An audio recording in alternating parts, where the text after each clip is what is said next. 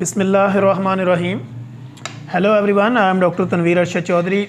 जैसा कि हमारे तमाम viewers, follower, patient, friends and families जानते हैं कि हमने हमेशा करंट इशू को टाइटल करने की कोशिश की है और हमेशा हमने करंट सिचुएशन जो हमारे क्लिनिकल ट्रायल में होती है उसी को हम अपने इन्फॉर्मेटिव सेशन में कन्वर्ट करते हैं और अपने व्यूअर्स के नॉलेज को अपडेट करते हैं और अपने व्यूअर्स को एजुकेट करते हैं।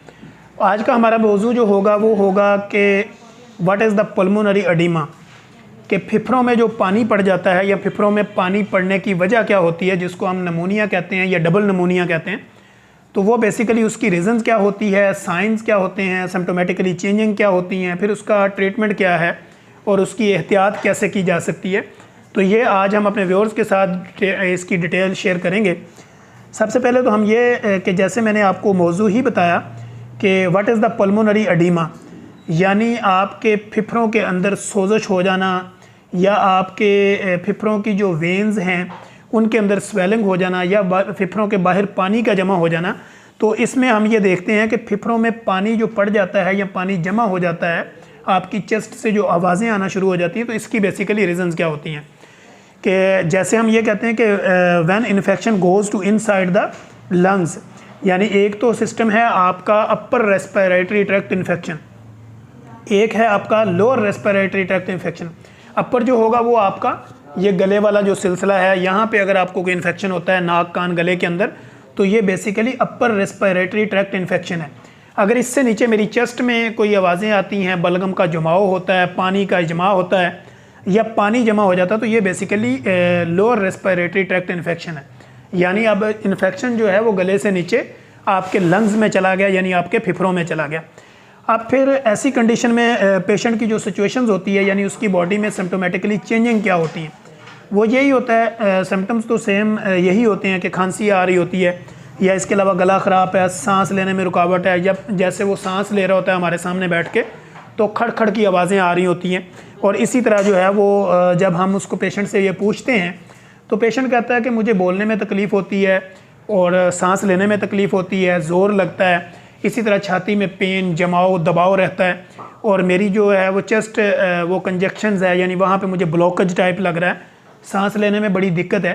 अब इसकी आगे वजूहात कई हो सकती है, लेकिन सबसे पहले हम सिम्प्टोमेटिकली चेंजिंग पे बात कर रहे हैं। तो वो यही है कि जो आपकी कंप्लेंट्स पेशेंट क्लिनिक पे लेके आता है, तो सांस में रुकावट होती है, गले में दर्द होता है, चेस्ट में उसको बलगम का बहुत ज़्यादा दबाव लगता है, या जब वो सांस ले रहा होता है तो उसको खड़खड़ की आवाज़ें आपने आप ही सुनाई दे रही होती हैं। अब जब पेशेंट डॉक्टर्स के सामने बैठा होता है क्लिनिकल ट्रायल में या हमारे एग्जामिन में, तो हम ये स्टेथोस्कोप लगा के उसको बैक से और फ्रंट से देखते हैं, तो हमें जो है वो क्रैकलिंग जो है वो साउंड की आवाज़ें आती हैं, बबलिंग साउंड की आवाज़ें आती हैं। तो वो साउंड जो होता है वो हम सुनते हैं स्टेथोस्कोप के ज़रिए। तो फिर हमें ये पता चलता है कि जैसे आप किसी भी बंद नाली के अंदर जब एयर भरते हैं या उसमें आप हवा का प्रेशर देते हैं तो वो आगे बबलिंग होती है, यानी वो फूलते हैं, जिस तरह सेम लाइक गुब्बारा। तो आपका जो फेफड़े हैं उनके दरमियान में जो वेन्स होती हैं, छोटी छोटी ब्लॉकेज वेन्स हैं, आगे उनके जो है वो प्रॉपर एक बबलिंग टाइप छोटे गुब्बारे नुमा, वो पूरे का पूरा एक जंक्शन है, पूरी एक छतरी नुमा आपकी वो बनी होती है साइडों पे। जैसे कि आपने देखा होगा कि अक्सर जो बकरा है या कोई भी इस तरह का जो जानवर ज़िबा होता है तो उसके जो आप फेफड़े देखते हैं तो सेम वो कंडीशंस होती है बंदे के अंदर। तो जब उसके अंदर कार्बन डाई और ऑक्सीजन की चेंजिंग हो रही होती है तो वहाँ पर वो फिर आवाज़ें आ रही होती हैं। पेशेंट को हम कहते हैं लंबा सांस लो, तो पेशेंट जब लंबा सांस ले रहा होता है तो हम स्टैथ के ज़रिए देखते हैं तो हमें क्रैकलिंग और बबलिंग की साउंड की आवाज़ें आ रही होती हैं। तो ये बेसिकली आवाज़ें आने की वजह ये होती है क्योंकि वहाँ पे कार्बन डाई और ऑक्सीजन जो है वो चेंजिंग हो रही होती हैं आपके फेफड़ों के अंदर। तो उस सिलसिले में ये जो आवाज़ें हमें आ रही होती हैं तो हमें साफ पता चल रहा होता है कि पेशेंट जो है वो इसकी चेस्ट में या तो बहुत ज़्यादा बलगम बन रही है या क्रोनिक इन्फेक्शन की वजह से वहाँ पर पानी जमा हो रहा है, या इनकी वेन्स जो है उसके अंदर स्वेलिंग हो चुकी है, या वेन्स जो है ना वो वहाँ पे ज़्यादा फूल रही हैं सांस लेने की वजह से। तो ये तो बेसिकली वो सिम्टम्स होते हैं जो पेशेंट की हम चेक करते हैं या पेशेंट हमें बताता है। अब उसके बाद इसको वेरीफाई करने के लिए हमें बेस लाइन टेस्ट की तरफ जाना पड़ता है कि हम सबसे पहले ये देखते हैं कि इसकी बेस लाइन जो टेस्ट रिक्वायरमेंट है वो हमें क्या करवानी चाहिए। तो कॉमनली जो है वो हम सबसे पहले चेस्ट एक्सरे करवाते हैं, डिजिटल एक्सरे करवाते हैं, विद उसकी रिपोर्ट्स लेते हैं। फिर इसी तरह हम CBC टेस्ट करवाते हैं, उसके साथ हम ESR करवाते हैं और बाज़ कंडीशन में माइक्रोडोट करवाते हैं। फिर इसी तरह जो है वो स्पोटिम यानी बलगम का एक टेस्ट लेते हैं, स्पोटम कल्चर भी करवा सकते हैं, इसलिए ब्लड कल्चर भी करवाते हैं। तो बेसिकली साइन एंड सिम्टम्स होते हैं कि पेशेंट जो है वो चेस्ट इन्फेक्शन के साथ बुखार भी फील कर रहा है। अगर एक साइन में तो बुखार होना अच्छी बात होती है, क्योंकि जब बुखार होगा तो आपके बैक्टीरियल और वायरल इन्फेक्शन जो है उसको किल करने में आसानी होती है। लेकिन बुखार 102 से ऊपर नहीं जाना चाहिए, उसको आपने 102 से नीचे नीचे रखना है। अब ये कंडीशन होती है कि जब हम इसकी लैब इन्वेस्टिगेशन में जाते हैं, जैसे मैंने आपको बताया कि स्पोटम कल्चर करवा सकते हैं, ब्लड कल्चर करवा सकते हैं, CBC करवा सकते हैं, ESR करवा सकते हैं, इसी तरह चेस्ट एक्सरे करवा सकते हैं। अगर इन सारी चीज़ों में भी कोई प्रॉपर चीज़ समझ नहीं आ रही होती तो फिर हम CT स्कैन भी करवाते हैं आपके लंग्स का, ताकि उसमें प्रॉपर पता चले कि पानी जो है वो कहाँ पे स्टोर हो रहा है, या पानी की जो मकदार है वो कितनी है। या इसमें आजकल जो है वो स्कैन भी हो रहा है, चेस्ट का प्रॉपर एक स्कैन अल्ट्रासाउंड भी होता है, उसमें भी हर चीज़ जो है वो आपके सामने वाज़े आ जाती है। तो ये वो चीज़ें होती हैं जो इन्फेक्शन, बेसिकली इन्फेक्शन की 2-3 वजूहात होती हैं।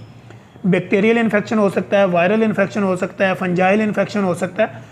तो वो सारी जब हम आपकी बेसलाइन करते हैं, इन्वेस्टिगेशन करवाते हैं, तो उसमें हमें ये फिर पता चलता है कि जो सांस की नालियों में सोजिश है, एडिमा है, पानी जमा है फेफड़ों के इर्द गिर्द, या बलगम का बहुत ज़्यादा जमाव है जिसकी वजह से पेशेंट की कंडीशन नॉर्मल नहीं हो रही। तो ऐसी कंडीशन में आम तौर पे पेशेंट को ये जो लोअर लेवल पे बताया जाता है कि आपके फेफड़ों में जो है वो पानी पड़ गया, यानी आपके फेफड़ों में पानी जमा हो रहा है। तो ऐसी कंडीशन में जो कि वायरल इन्फेक्शन है, बैक्टीरियल इन्फेक्शन है या फंजाई है, इनका ट्रीटमेंट बिल्कुल अलग अलग होता है।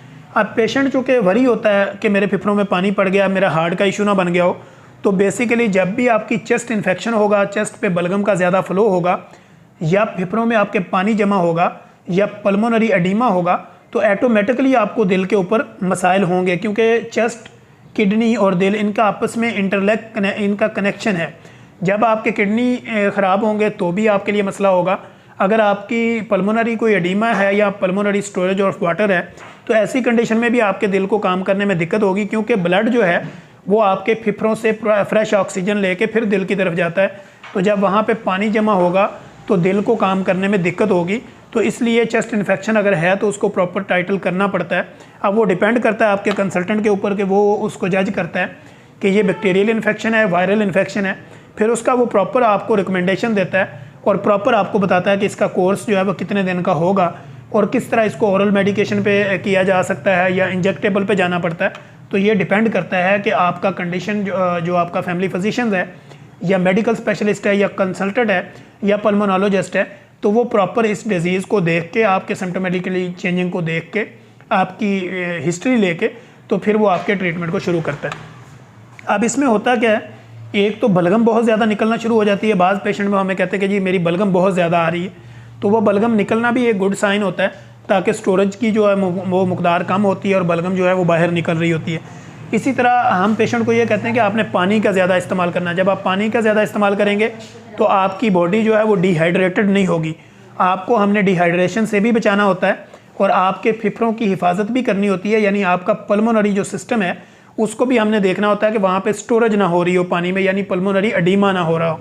तो ऐसी कंडीशन में कि फेफड़ों में पानी पड़ जाना या पेशेंट को ये फील होना, तो ये हम सारे बेसलाइन टेस्ट करवा के फिर हम प्रॉपर एक नतीजे पे पहुँचते हैं और उसके बाद फिर हम देखते हैं।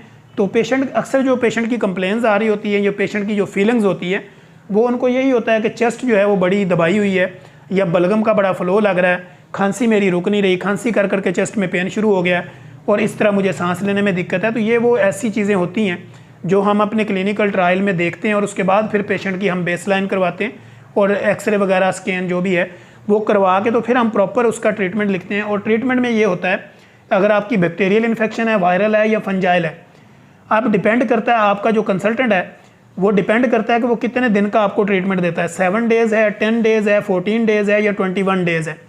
अब अगर हमने आपको एंटीबायोटिक शुरू करवा दिया तो उसका जो है वो कम अज़ कम दौरानिया जो है वो 7 डेज़ होगा। 7 डेज़ पे हम दोबारा पेशेंट को रिकॉल करते हैं और फिर पेशेंट की कंडीशन को देखते हैं। अगर ज़रूरत पड़े तो 10 उसके जो 3 डेज़ और बढ़ा देते हैं, यानी 7 to 10 डेज़ उसका एंटीबायोटिक लेना ज़रूरी होता है। इसी तरह अगर सवेर किस्म का है तो हम उसको 14 डेज़ पे ले जाते हैं और सवेर है तो हम उसको 21 डेज़ पे भी ले जाते हैं। लेकिन अगर फिर भी रिकवरी नहीं हो रही होती तो फिर हम आपका ब्लड कल्चर वगैरह करवाते हैं, फिर देखते हैं कि क्या आपको सेंसिटिविटी कहाँ से है और क्यों नहीं ये रिकवर हो रहा। तो फिर हमें अपनी ट्रीटमेंट का जो है वो दायरा कार और तरीके पे चेंज करना पड़ता है और उसको बढ़ाना पड़ता है।